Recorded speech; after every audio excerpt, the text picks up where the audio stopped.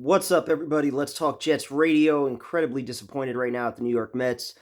Just a flat performance. They've been flat all September. They can't hit with runners on base. They can't hit with runners in scoring position. And unfortunately, none of it even matters if Max Scherzer and Jacob DeGrom aren't pitching like aces. And this was the big problem, at the trade deadline, where it's like you have your two aces. It seems like everything's set for the playoffs. You just need either that one big bat or that relief pitcher in the eighth inning, that bridge guy to get you to Diaz. They needed to make some kind of big move, and they didn't do it. They traded prospects and J.D. Davis to get Darren Ruffin here, who's not even on the postseason roster.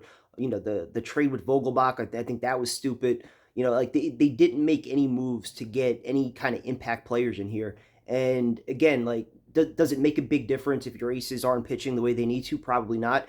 But the one thing that I think could have changed is what happened in the month of September, where, listen, the Braves played ridiculous baseball. That's all well and good, but the Mets still had a 10.5 game lead, and they still went 1-6 in a stretch against the Marlins, the Nationals, and the Cubs at home. At home, 1-6 against those teams in September when they needed the wins against the worst teams in baseball, and they couldn't get it done. And with their aces on the mound, once Degrom came back, the Mets were 10-10 in starts by him and Scherzer down the stretch. So listen, for all the needs that the Mets could have went after at the trade deadline, and maybe they could have went after Soto. I still doubt they would have got him. I don't think the Nationals were going to trade him within the division.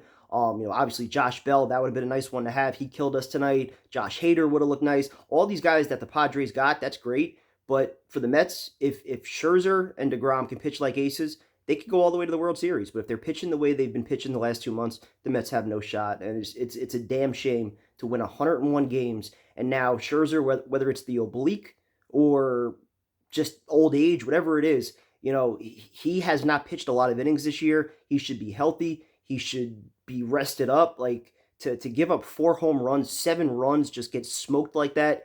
Just so many flashbacks of Tom Glavine and the first inning meltdown against the Marlins in 2007.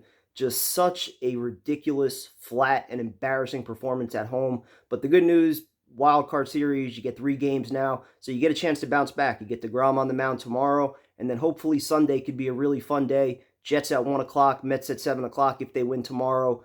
Either the Mets and Jets are going 2-0 on Sunday or they're going 0-2. Either the Mets are going to carry over that momentum from a big Jets win, or it's just going to be completely miserable, and there's going to be a lot of miserable streams on Monday and Tuesday. So talk to you guys later.